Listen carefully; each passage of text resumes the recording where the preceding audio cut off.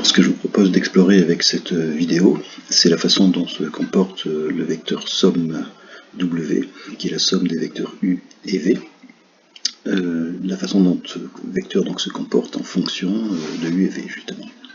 Par exemple, on peut se mettre dans la configuration d'un rectangle, voilà, U et V, et donc d'après la règle du parallélogramme, la somme U plus V est égale à ce vecteur W, qui est la diagonale du rectangle, qui est une diagonale du rectangle.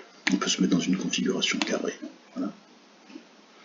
On peut revenir à une configuration plus générale, en fait, avec cette configuration-là. Et puis, ce qui peut être intéressant de regarder, c'est qu'est-ce qui se passe quand U et V sont deux vecteurs opposés. Hein. Je rappelle que deux vecteurs opposés sont deux vecteurs qui ont la même direction, la même norme, mais des sens opposés.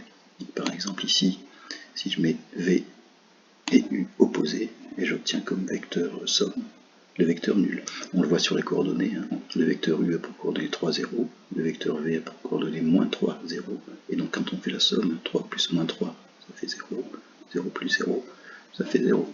On peut se mettre dans une configuration qui n'est pas horizontale, hein. On obtient exactement la même chose. Si par exemple je prends mon vecteur V de cette façon-là, mon vecteur W de cette façon-là, j'obtiens encore les sommes qui sont égales à 0. Voilà. Je repars sur une configuration quelconque. Voilà, j'espère que cette vidéo permet d'éclairer certaines choses. À bientôt.